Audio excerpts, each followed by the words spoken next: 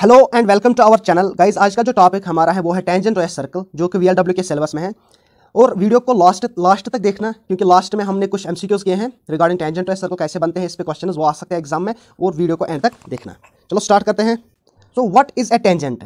Tangent क्या होता है? Actually it is a line which intersects the circumference of circle at exactly one point and that is known as tangent to a circle. एक circle है, ठीक है, okay. Let this a circle with centre O, with centre O, ठीक है। अब इस circumference of circle पे infinite number of points हैं। अब अगर कोई लाइन इस सर्कमफ्रेंस ऑफ सर्कल को एक ही पॉइंट पे टच करे, फॉर एग्जांपल ये लाइन एल है, ये इस सर्कमफ्रेंस ऑफ सर्कल को पॉइंट पी पे टच कर रहा है, then this line L is known as tangent to circle, tangent to a circle. And the thing is, जो ये पॉइंट पी है जहां पे ये सर्कमफ्रेंस ऑफ सर्कल को टच कर रहा है ये line, this point is known as point of contact, point of contact, ठीक है, ओके। लेकिन अब अगर आप इस सेंटर को और पॉइंट ऑफ कांटेक्ट को ज्वाइन करोगे, then they make an angle of 90 degree.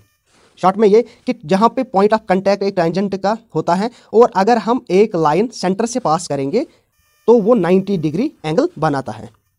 यहाँ पे आप देखो कि एक सर्कल है और ये एक टेंजेंट है। This point M here it is point of contact and O M is radius, ठीक है।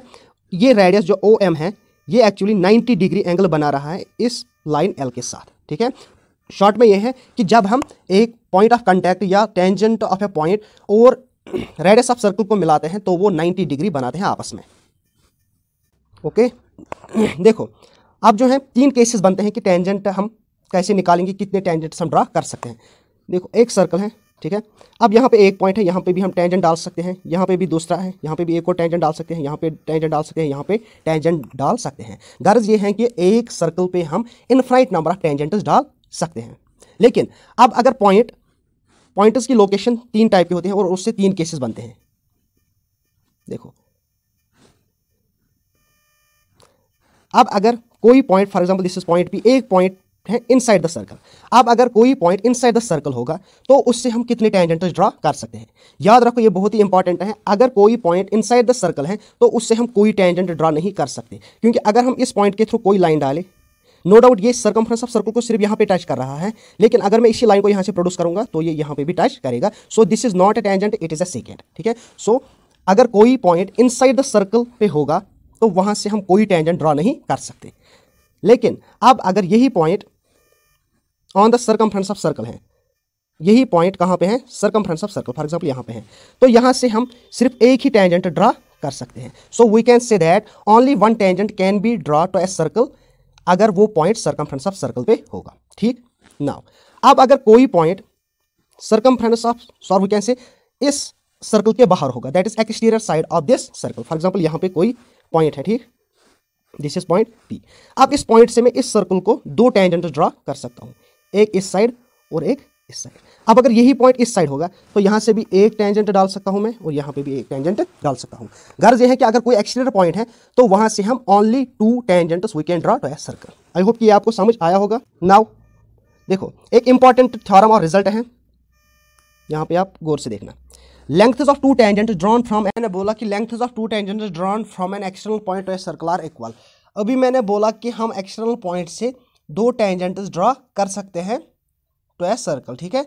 और इन दोनों टेंजेंट्स की जो लेंथ होती है वो इक्वल होती है, that is A P will be equal to A Q, that is A P will be equal to A Q. देखो ऐसे मैं आपको एक्सप्लेन करूंगा। ये एक सर्कल है, ठीक है। अब हम इस पे 2 टेंजेंट्स ड्रॉ करेंगे। Let this is point A, यहाँ से मैं टेंजेंट एक ड्रॉ करूंगा, दैट इज ए पी, और यहाँ से भी एक और टेंजेंट, दैट्स ए क्यू, ठीक है। देखो this point, this is centre of circle O. अब अगर मैं ए और पी को ज्वाइन करूंगा, as you know that this is a radius and it is also radius, that is O Q, ठीक है। यहाँ पे क्यू है, ये भी रेडियस ही है, और ये एंगल होगा 90 डिग्री, ये होगा 90 डिग्री। जो मैंने आपको अभी बोला कि जो रेडियस और टेंजेंट होता है ये आपस में 90 डिग्री का एंगल बनाते हैं। नाउ अगर मैं इस पॉइंट ए और सेंटर को ज्वाइन करूंगा तो ये सेंट्रल एंगल जो है, that's angle A, it it will be divided into two parts. We can say that this OA is the angle bisector of angle PAQ. Angle bisector का मतलब हो गया ये इस एंगल ए को दो इक्वल एंगल्स में डिवाइड करेगा. So we can say that angle PAO will be equal to angle OAQ, and similarly this angle will be equal to this angle. ठीक है, that is angle AOQ will be equal to angle AOP, क्योंकि ये दो triangle जो है, ये triangle and ये triangle, ये कॉन्ग्रेंट ट्रायंगल्स होते हैं.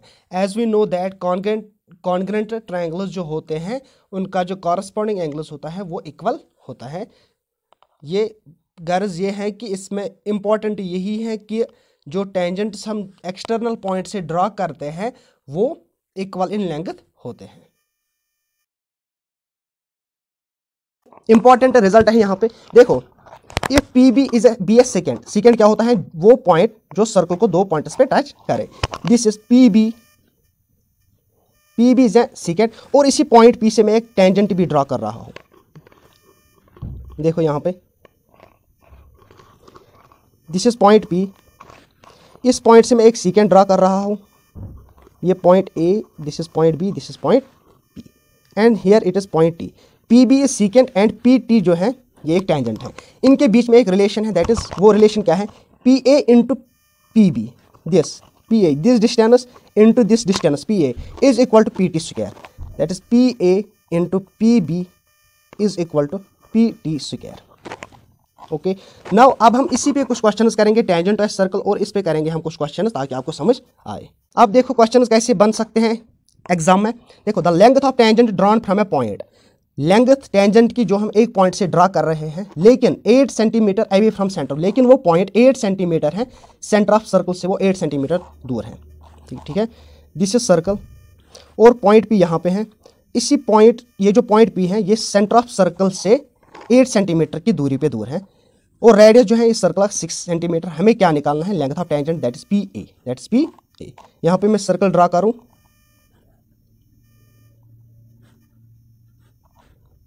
देखो, ये सर्कल एक है और इसी सर्कल को मैं टेंजेंट डाल रहा हूँ, दैट इज PA. ठीक है, और इसी ये जो पॉइंट P है ये सेंटर ऑफ सर्कल से कितना दूर है, this is 8 centimetre away from centre of circle, 8 centimetre away from circle.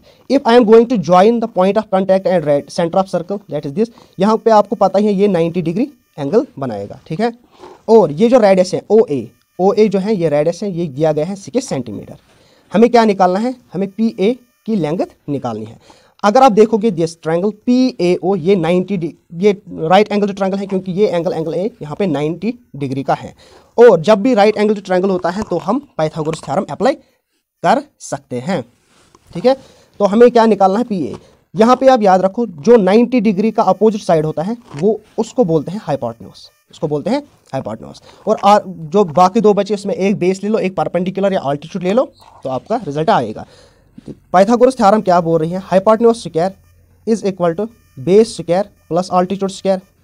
ठीक है, अब हाइपोटेन्यूज स्क्वायर यहाँ पे है 8 स्क्वायर, बेस क्या है यहाँ पे, for example base is PA जो हमें निकालना है, plus altitude here it is 6 centimetre.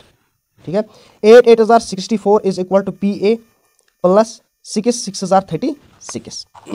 क्या है हमारे पास result, 64 is equal to PA square minus 36, sorry plus 36. अब इस 36 को मैं यहाँ ले आऊँगा, ये आएगा 64 minus 36 is equal to PA square. ठीक है, 64 minus 36 that is equal to 28 is equal to PA square. अब हमें सिर्फ PA निकालना है, यहाँ पे स्क्वायर है, यहाँ पे रूट आएगा, तो PA will be equal to root of 28. तो आंसर क्या आएगा, रूट 7 तो नहीं है, answer is B, that is root 28. Now move to the next question. तो क्वेश्चन क्या है, if tangents PA and PB from a point to a circle with centre O are inclined to each other at an angle of 80 degree. दो tangents में draw कर रहा हूँ point P से, PA and PB. यहाँ पे देखो PA and PB are 2, यहाँ पे मैं बनाऊंगा ये, that is PA and PB. This is point A, this is point B. PA and PB are 2 tangents to a circle, और सर्कल का जो सेंटर दैट इज O. लेकिन ये जो 2 टेंजेंट्स है ये इंक्लाइनेड है 80 डिग्री पे, inclined are at angle of 80 degree. हमें क्या निकालना है, find angle POA, that is POA, ये एंगल हमें निकालना है। देखो दो तरीके हैं इसको सॉल्व करने के, हमें ये निकालना है, ये एंगल।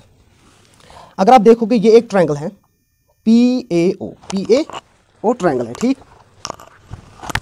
और अभी मैंने बोला कि OP जो होता है this angle APO, that is this angle is equal to this angle. तो इसका मतलब एंगल APO कितना आएगा, वो आएगा 40 डिग्री, ठीक है। क्योंकि अगर हम इसको दो इक्वल पार्ट्स करेंगे तो ये आएगा 40 और ये आएगा 40, ठीक है। Okay, now this is 90 degree, क्योंकि रेडियस OA है और ये टेंजेंट PA है, ये 90 डिग्री का एंगल बना रहे हैं। And you know that angle sum property of a triangle that is equal to 180, that is angle 40 plus angle 90 degree plus angle this POA, angle POA will be equal to 180 degree. 90 plus 40 that is equal to 130. Angle POA will be equal to 180 minus 130. 180 minus 130 will be equal to 50. So angle POA will be equal to 50 degree. Now move to the next question. Okay, यहाँ पे question है और एक question also find OAB. OAB ये angle हमें निकालना है। देखो ये है O, ये है A and this is B, ये एंगल हमें निकालना है। अगर मैं AB को ज्वाइन करूं तो ये छोटा एंगल हमें निकालना है। देखो क्या है बेटा, यहां पे रेडियस R है, यहां पे भी रेडियस,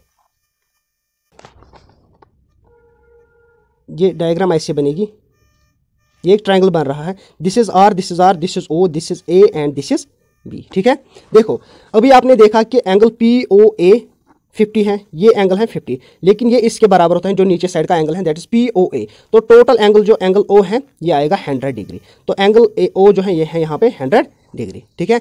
लेकिन अगर आप देखोगे OA is radius, OB is radius, तो ये ट्रायंगल ABO क्या बन रहा है, आइसोसेलेस ट्रायंगल। और आइसोसेलेस ट्रायंगल का जो होता है उसके अपोजिट जो टू साइड्स इक्वल होते हैं उनके अपोजिट एंगल्स भी इक्वल ही होते हैं। ये एंगल है already 100, this will be x and this will be x, ठीक है। तो sum of angles of a triangle वो किसके बराबर होता है, 100 के 180 के बराबर। तो 2x प्लस 100 आएगा बराबर 180, ठीक है। तो 2x will be equal to 80 and x will be equal to 40। Hence angle OAB that is this OAB, this angle will be equal to 40 और ये भी आएगा 40. Now move to the next question. If two tangents of a circle through P and Q meet at A with angle PAQ is equal to 48. देखो यहाँ पे angle क्या है, देखो ये एंगल PAQ ये 40 डिग्री का है, 48 का है, और हमें क्या निकालना है, angle APQ, that is APQ, ये एंगल हमें निकालना है।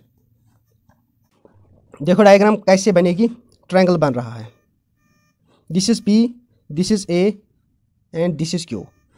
ये एंगल दिया गया है 48, ठीक है।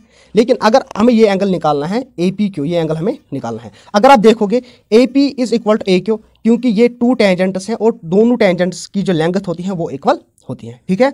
अभी हमने थ्योरम देख ली।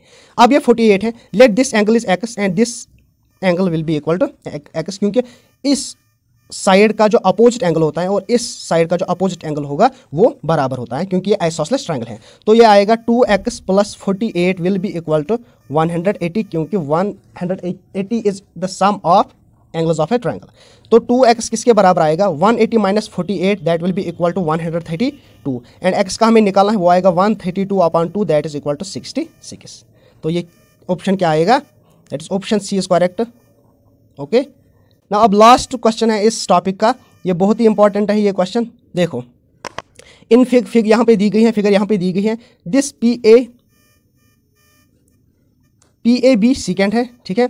PA दिया गया है 4 सेंटीमीटर एंड दिस AB, यहाँ से ये डिस्टेंस दी गई है x, this tangent PT is equal to 5 centimetre, हमें निकालना है AB। अभी मैंने आपको लास्ट में वो रिजल्ट बताया, that is PA into PB will be equal to PT square, ठीक है। That is PA, that is this distance into whole distance PB is equal to PT square. अब यहाँ पे PA है 4 इंटू, लेकिन PB क्या आएगा, that is from this point two point B, वो आएगा 4 प्लस x, तो PB आएगा 4 plus x is equal to PT square, that is 5 whole square, ठीक है। तो ये क्या आया, ये आया 4 into 4 plus x is equal to 25। Okay, ये आएगा 4 4 16 plus 4x is equal to 25, 4x is equal to 25, इस 16 को यहाँ ले आओ, ये आएगा -25 माइनस 16 इज इक्वल टू 9 और x आया 9/4, hence option is 9/4, that is C option. I hope कि ये आपको समझ आया होगा। आज के लिए इतना काफ़ी है, मिलते हैं नेक्स्ट लेक्चर में, तब तक के लिए खुदा।